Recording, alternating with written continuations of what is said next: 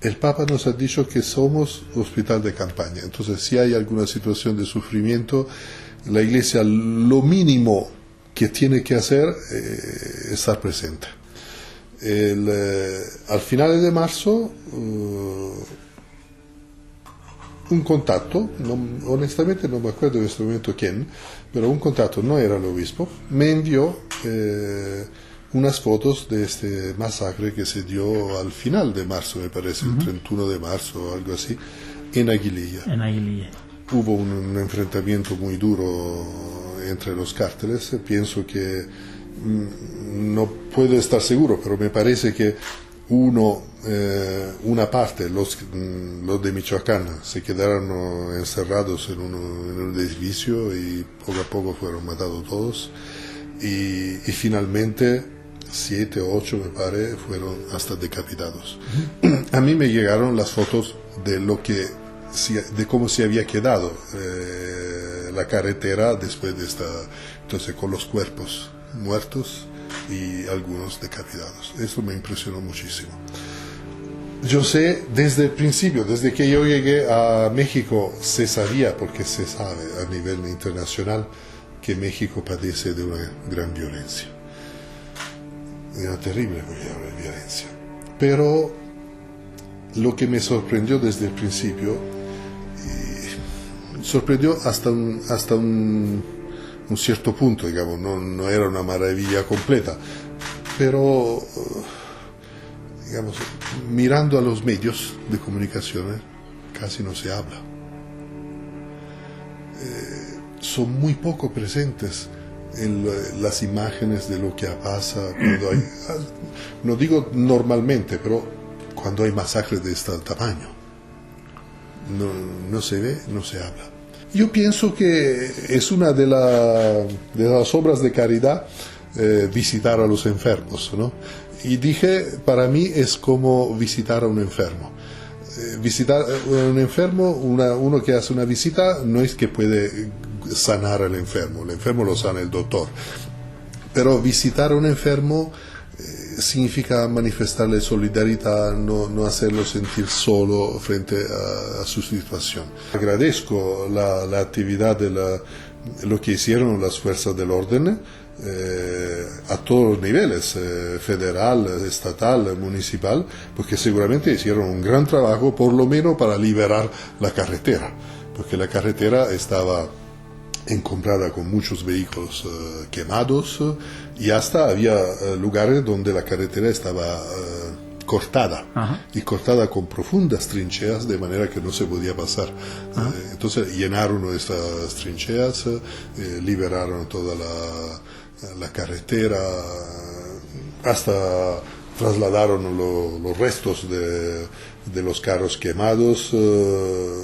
Lo que no pudieron, y no podían, claro, hacer eso, era se veía muy claramente el impacto de las balas durante todos los tiroteos a lo largo de todo el trayecto. Vengo de un país que sufre también del problema de la mafia. Normalmente los criminales les gusta el silencio, que no se hable, que no se sepa nada. Cuando las cosas se sepan, están un poco incómodos.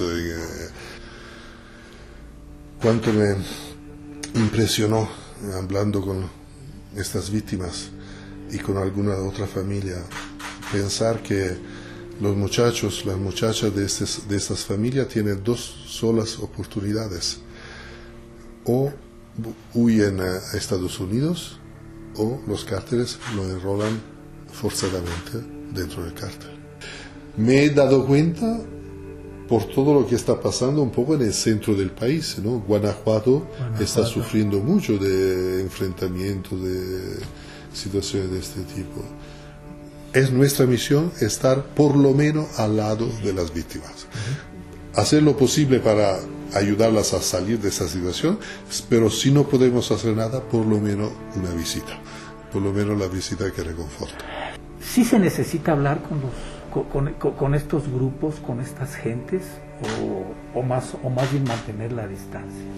Usted hace una pregunta a una persona que, siendo parte de la vida diplomática, tiene como principio que tiene que hablar con cualquier persona. Con cualquiera. Sí, así sea delincuentes, los diplomáticos somos enviados también en países, por ejemplo, donde las autoridades son dictadores o son personas que hacen los peores crímenes contra la humanidad. Somos enviados para hacer un puente de alguna manera con estas personas. Tienen un poder, aunque no sea lícito o no sea legítimo, tienen un poder. Entonces, si se quiere el bien de las personas que están bajo su poder, hay que hablar con esta persona. Me acuerdo que el Papa dijo que con el demonio no se habla. Uh-huh. En las tentaciones Jesús cortó rápidamente el diálogo con el demonio. Pero con todos los demás sí. Y yo personalmente no he encontrado el demonio encarnado. Todas las personas, por cuanto malas sean, no son el demonio encarnado. Hay siempre una presencia de Dios dentro de ellos. Es evidente que esto es un trabajo de largo plazo.